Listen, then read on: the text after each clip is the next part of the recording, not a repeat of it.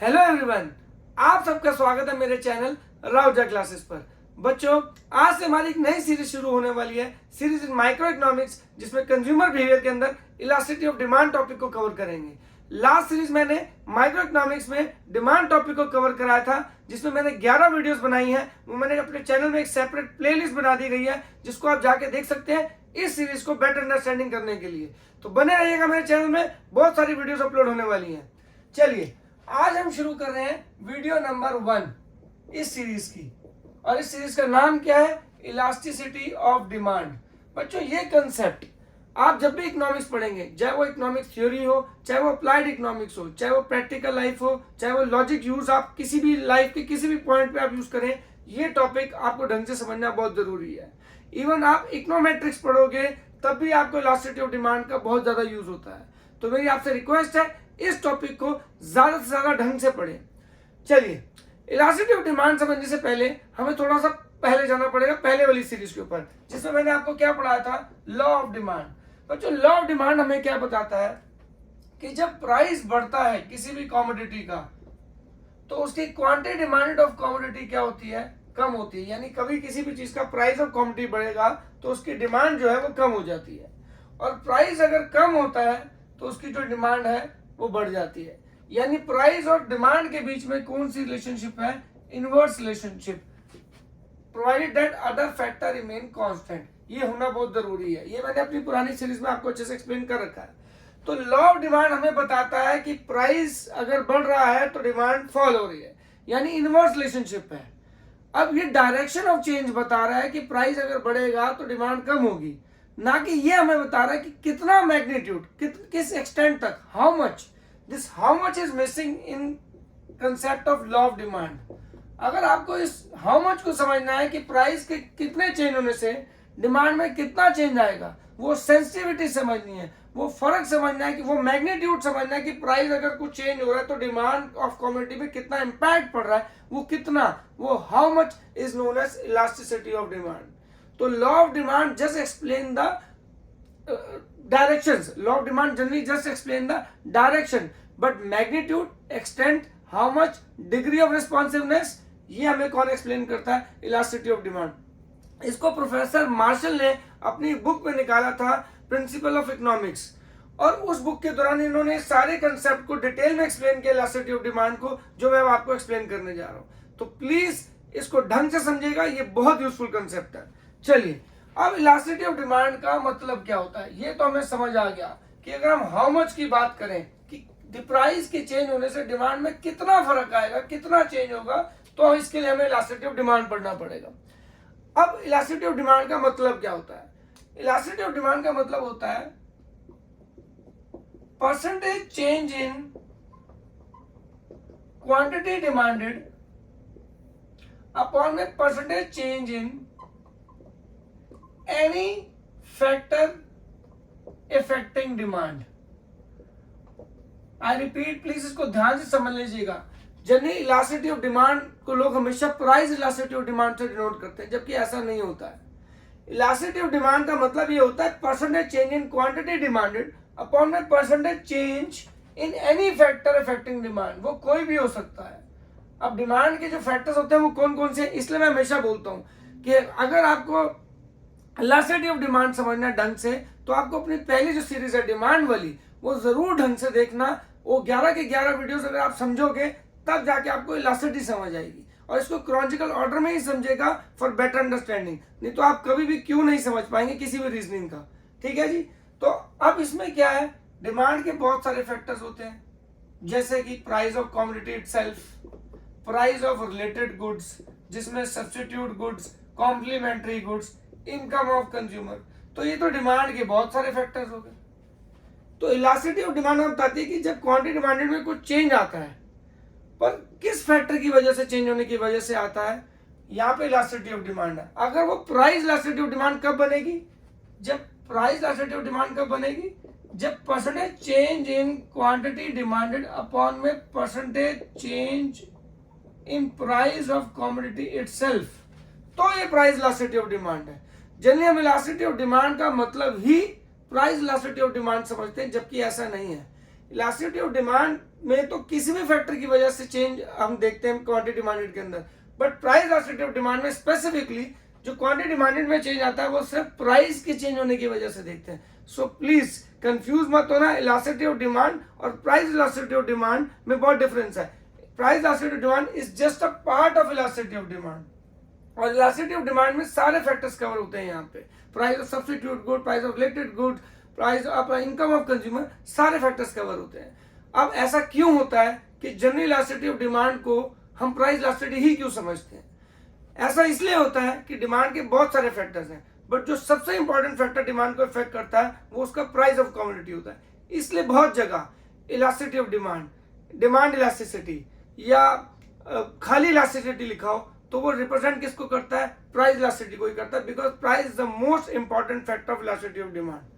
तो ये हम साइलेंट चीज को ऑब्जर्व करते हैं कि हाँ ये प्राइस की ही बात कर रहा है, बाकी सारे फैक्टर्स को कांस्टेंट लेके बात कर रहा है, क्योंकि बाकी सारे फैक्टर्स इंपॉर्टेंट है बट सबसे इंपॉर्टेंट प्राइस ऑफ कमोडिटी है। इसलिए इलास्टिसिटी ऑफ डिमांड को जनरली हम क्या ट्रीट कर लेते हैं? Price elasticity of demand. तो इसकी रीजनिंग है। इनफैक्ट आप इलास्टिसिटी ऑफ डिमांड जब समझते हो तो आपको पहले सारी types of elasticity of demand समझनी चाहिए। तो यहाँ पे हमारी पहली तो हो गई प्राइस इलास्टिसिटी ऑफ डिमांड, जो कि क्या हुई? Percentage change in quantity demanded upon the percentage change in price of commodity. अब मैं एक बार इसको एक काम कर लेता हूँ रब करके शुरू से एक एक चीज का फॉर्मूला आपको बताता हूँ ताकि आप कंफ्यूज ना हो कभी भी। ठीक है जी। तो सबसे पहले हम क्या करेंगे? इलास्टिसिटी ऑफ डिमांड का अपना फॉर्मूला लिखेंगे और उसके बाद उसकी टाइप्स के फॉर्मूले लिखेंगे ताकि आपको डिफरेंस समझ आ सके और उसकी टाइप भी समझ आ सके। तो यहाँ पे इलास्टिसिटी ऑफ डिमांड का क्या फॉर्मूला बनेगा? Percentage change in quantity demanded upon percentage change in any factor affecting demand. ठीक है जी, ये हो गया इलास्टिसिटी ऑफ डिमांड का मतलब। उसके बाद आ गया प्राइस इलास्टिसिटी ऑफ डिमांड। अब पॉइंट टू बी नोटेड, यहाँ पे ये टाइप्स ऑफ इलास्टिसिटी शुरू हो जाएंगी। ये types of elasticity of demand है। ठीक है जी, कौन कौन सी होगी? पहली होगी प्राइस इलास्टिसिटी ऑफ डिमांड, दूसरी हो गई cross price elasticity, cross elasticity of demand. ठीक है जी, और तीसरी आपकी हो गई इनकम इलास्टिसिटी ऑफ डिमांड। ठीक है जी, price elasticity of demand, cross elasticity of demand, income elasticity of demand. अब यहाँ पे प्राइस भी फैक्टर है, यहाँ पे हम प्राइस ऑफ रिलेटेड गुड की बात कर रहे हैं। क्रॉस मतलब price of related good, point to be noted, जिसमें सब्स्टिट्यूट गुड और कॉम्प्लीमेंट्री गुड दोनों आ जाते हैं। और यहाँ पे इनकम, ये तीसरा फैक्टर है। तो इन शॉर्ट हम डिमांड में ही एक पर्टिकुलर कम्युनिटी के अंदर उसकी डिमांड में कितना चेंज आता है वो ही मेजर कर रहे हैं, बट जो नीचे अपॉन करेंगे वो फैक्टर अलग अलग हो जाएगा। तो इलास्टिसिटी हमेशा चेंज को रिप्रेजेंट करती है, मैग्नीट्यूड को रिप्रेजेंट करती है, हाउ मच को रिप्रेजेंट करती है, और एक फैक्टर की वजह से। और जिस फैक्टर की वजह से वो चेंज होता है तो वही पर्टिकुलर डिमांड बन जाता है। प्राइस की वजह से चेंज होगा तो price elasticity of demand, cross price of related good की वजह से चेंज होगा तो क्रॉस इलास्टिसिटी ऑफ डिमांड, और इनकम की वजह से चेंज होगा तो इनकम इलास्टिसिटी ऑफ डिमांड। अब इसको फॉर्मूला में कैसे रिप्रेजेंट कर सकते हैं? Percentage change in quantity demanded upon percentage change in price of commodity itself. यानी जो चीज की हम कमोडिटी ले रहे हैं, क्वांटिटी ले रहे हैं, उसी का अगर प्राइस ले लेंगे तो वो प्राइस इलास्टिसिटी ऑफ डिमांड हो गई। दूसरी कौन सी हो गई? Percentage change in quantity demanded, यानी न्यूमरेटर तो ऊपर आपका सेम ही रहेगा कि क्वांटिटी डिमांडेड ऑफ कमोडिटी में कितना चेंज आ रहा है, अपॉन में percentage change in price of related goods.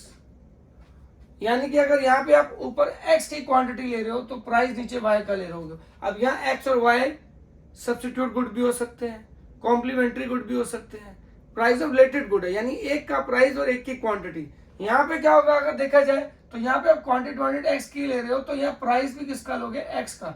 But यहाँ पे क्वांटिटी अगर आप x की ले रहे हो तो प्राइस किसका ले रहे हो? y का। इसलिए हम इसे क्रॉस इलास्टिसिटी ऑफ डिमांड भी बोलते हैं। क्रॉस मीन्स कि ऑपोजिट, कि x की क्वांटिटी पे y के प्राइस का क्या इंपैक्ट है। अब y कॉम्प्लीमेंट्री गुड भी हो सकता है, सब्स्टिट्यूट गुड भी हो सकता है, वो हम डिटेल में जब इसको एक्सप्लेन करेंगे तब बताएंगे।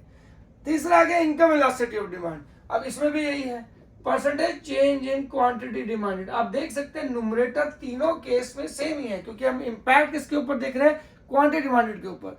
अपॉन में क्या ले रहे हैं, फैक्टर। यहाँ पे प्राइस था, यहाँ प्राइस ऑफ रिलेटेड गुड है, यहाँ इनकम, तो यहाँ पे क्या फॉर्मूला बन जाएगा, income of percentage change in income of consumer, percentage change in income of consumer. तो ये हमारी बन गई types of elasticity of demand. तो पहली बात तो इलास्टिसिटी ऑफ डिमांड और उसकी टाइप्स में कंफ्यूज नहीं होना। खाली इलास्टिसिटी ऑफ डिमांड का मतलब होता है percentage change in quantity demanded upon में percentage change in any factor that affect demand. But इसको हम बहुत बार प्राइस इलास्टिसिटी ऑफ डिमांड ही एज्यूम करके चलते हैं। क्यों? क्योंकि price being the most important factor that affect the demand, हम बाकी फैक्टर्स को नहीं कवर करते, इसलिए इसी को हम रिप्रेजेंट कर लेते हैं कि elasticity of demand means price elasticity of demand. Specifically 11th class के अंदर तो इन्होंने इलास्टिसिटी ऑफ डिमांड को price elasticity of demand he treat कर रखा है। अगर वो बोलते हैं इलास्टिसिटी ऑफ डिमांड निकालो, दैट ऑब्वियसली मीन 100% मीन कि आपको प्राइस इलास्टिसिटी ऑफ डिमांड ही निकालना है। क्यों? क्योंकि ये दोनों आपके कोर्स में नहीं है। बट अगर आप यही सीए में जाते हो, सीएफए में जाते हो, सीपीएम करते हो या कोई और ऐसी बैचलर डिग्री करते हो जहां पे आपको पूरा इलास्टिसिटी ऑफ डिमांड का कंसेप्ट डिटेल में पढ़ाया जाएगा, वहां आपको स्पेसिफिकली मेंशन होगा कि आपको प्राइस इलास्टिसिटी निकालनी है, क्रॉस इलास्टिसिटी निकालनी है या फिर आपको इनकम इलास्टिसिटी ऑफ डिमांड निकालनी है। तो प्लीज इसको ढंग से नोट कर लें और अपनी बुक सामने रखिएगा। हमेशा जब भी आप मेरी क्लास अटेंड करते हैं यूट्यूब पे, तो अपनी बुक नोटबुक जो होगी उसको प्लीज अपने टेक्स्ट बुक को सामने रखिएगा, सो दैट आप उसको रीड कर सकें साथ साथ और नोट्स बना सकें। तो आपको पढ़ने में भी ज्यादा मजा आएगा और आपकी अंडरस्टैंडिंग भी ज्यादा होगी। चलिए, तो अब हमने क्या सीख लिया बच्चों, यहाँ पे हमने इलास्टिसिटी ऑफ डिमांड के बारे में सीख लिया, इलास्टिसिटी ऑफ डिमांड क्या होता है, और ये भी सीख लिया कि types of elasticity of demand में कितने तरीके की इलास्टिसिटी होती है। जो हमने पढ़ा, price elasticity of demand, income elasticity of demand and cross elasticity of demand. अब इसमें से जो मैं सबसे पहले आपको एक्सप्लेन कर रहा हूं वो है आपकी प्राइस इलास्टिसिटी ऑफ डिमांड। ठीक है जी, जिसका फॉर्मूला आपको मैंने पहले ही बता दिया, फिर भी लिख रहा हूं दोबारा, percentage change in quantity demanded of a commodity upon में percentage change in price of commodity. यानी कि अगर मैं यहाँ पे ले रहा हूँ क्वांटिटी डिमांडेड ऑफ पोटैटो, तो यहाँ पे प्राइस ऑफ पोटैटो ही लूंगा, तभी ये क्या बनेगी, प्राइस इलास्टिसिटी ऑफ डिमांड। यानी कि पोटैटो के प्राइस चेंज होने से कितना चेंज पोटैटो की क्वांटिटी डिमांडेड में आएगा, that is called as elasticity of price elasticity of demand. Remember that, मैं आपको बार बार बोलूंगा, प्लीज अगर आपको इस पे क्लास चाहिए हो cross elasticity of demand and income elasticity of demand, तो मेरे यूट्यूब चैनल पे जाके कमेंट सेक्शन में जरूर बताइएगा कि आपको इस पे सेपरेट सेशन चाहिए, मैं जरूर एक्सप्लेन करूंगा। अभी मैं सिर्फ 11 का कोर्स कवर कर रहा हूं, तो उसमें सिर्फ आपको प्राइस इलास्टिसिटी ऑफ डिमांड बढ़ा रहा हूं। अगर आपको इस पे सेपरेट सेशन चाहिए होगा, कमेंट सेक्शन में बताइएगा। चलिए, तो प्राइस इलास्टिसिटी ऑफ डिमांड का ये तो फॉर्मूला हो गया। अगर अब इसकी डेफिनेशन लिखनी है तो कैसे लिखेंगे? पहली बात तो हम यही लिख सकते हैं, price elasticity of demand is a degree of responsiveness. बच्चों, इसका मतलब क्या है? डिग्री ऑफ रिस्पॉन्सिवनेस का मतलब ही क्या है? How much. Basically means how much demand is sensitive with response to change in its price. यानी प्राइस के चेंज होने से डिमांड में कितना, हाउ मच, मैग्नीट्यूड, एक्सटेंट। तो इसको हम इकोनॉमिक्स की भाषा में क्या लिख सकते हैं? Degree of responsiveness. अगर आप टेक्निकल भाषा में जाओगे तो थोड़े बहुत टेक्निकल लिखने पड़ेंगे, नहीं तो आसान भाषा में तो हम ये भी लिख सकते हैं, how much demand is sensitive with response to change in price of the commodity is known as price elasticity of demand. But अगर आप टेक्निकली लिखते हो तो आपको वर्ड क्या यूज करने पड़ेंगे? It's a degree of responsiveness of change in demand for a commodity with reference to change in its price of a commodity। यानी कि प्राइस के चेंज होने से, बेसिकली प्राइस के चेंज होने से डिमांड में किस हद तक का चेंज आएगा, कितने डिग्री ऑफ रिस्पांस आएगा, उस डिग्री ऑफ रिस्पांस को हम क्या बोलते हैं? Price elasticity of demand. यहाँ पे प्राइस की वजह से चेंज आ रहा है, किस में चेंज आ रहा है? क्वांटिटी डिमांडेड में चेंज आ रहा है, और वो कितना डिग्री आ रहा है, उस डिग्री को हम क्या बोलेंगे? Price elasticity of demand. यानी जहां तक लॉ ऑफ डिमांड सिर्फ हमें डायरेक्शन ऑफ चेंज बता रहा था कि हाँ जी एक के बढ़ने से दूसरी कम हो रही है, ये बताएगा कि कितना इंपैक्ट पड़ रहा है। अभी मैं इसको डिटेल में एक्सप्लेन करता हूँ। चलिए अब हम क्या करते हैं, ये तो डेफिनेशन हो गई कि price elasticity of demand is the degree of responsiveness of a change in demand for a commodity with reference to change in price of a commodity. अब हम क्या करेंगे, इसके डिटेल में इसके कुछ इंपॉर्टेंट पॉइंट्स बताएंगे जो आप लिख लेना, जो हमें प्राइस इलास्टिसिटी ऑफ डिमांड बताता है। पहली बात, प्राइस इलास्टिसिटी ऑफ डिमांड एक क्वांटिटेटिव रिलेशनशिप एक्सप्लेन करता है, क्वांटिटेटिव रिलेशनशिप को एक्सप्लेन करता है। क्वांटिटेटिव मतलब मेजरेबल चीज, क्वालिटेटिव होता है डिफरेंट चीज। क्वांटिटेटिव मींस जिसको मेजर कर सकते हैं, जैसे कि अगेन फिर वही कंसेप्ट आ गया, लॉ ऑफ डिमांड हमें क्या बताता है, डायरेक्शन ऑफ चेंज।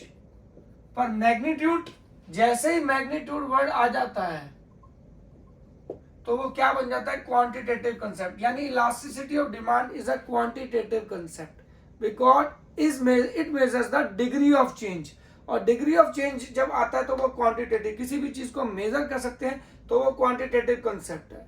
तो याद रखना, elasticity of demand is a quantitative concept because it is measurable. Next, price elasticity of demand हमेशा क्या आएगी बच्चों, नेगेटिव।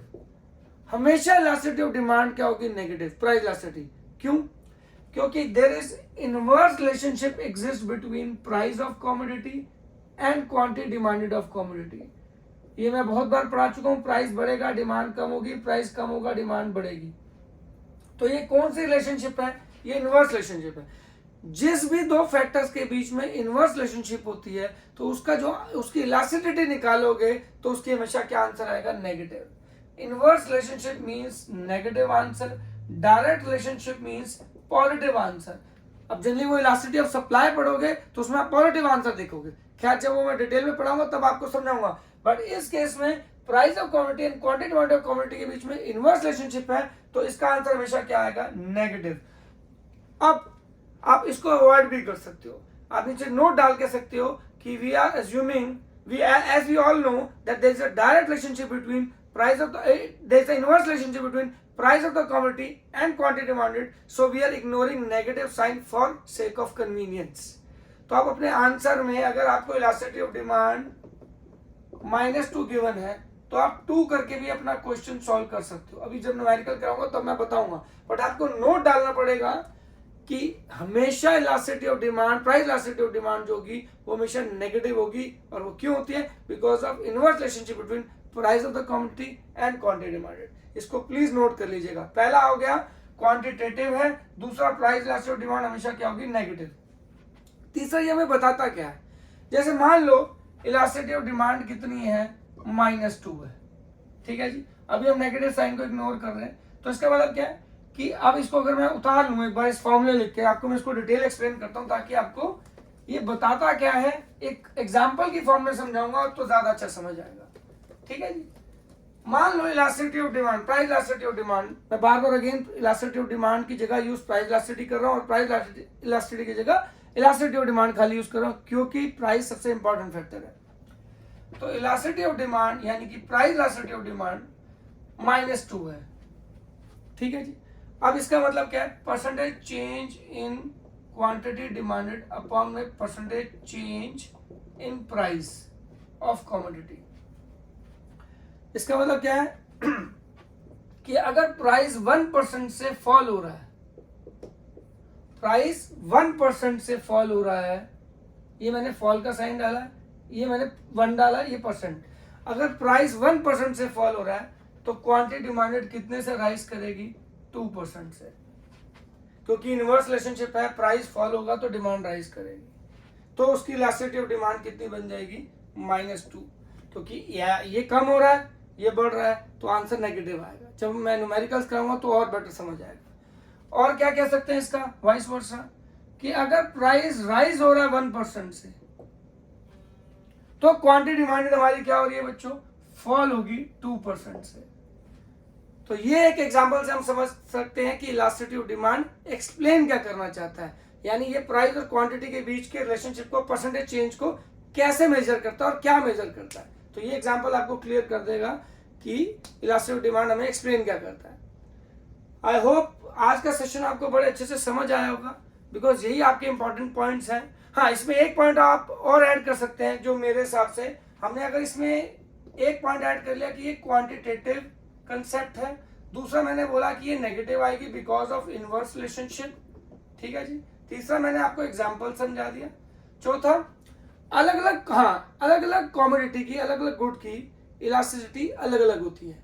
कईयों में प्राइस की वजह से ज्यादा चेंज आता है और कईयों में प्राइस के चेंज होने की वजह से कम चेंज आता है, डिपेंड करता है नेचर ऑफ कॉमोडिटी। वो आप उसमें सीखोगे what are the factor which effect elasticity of demand.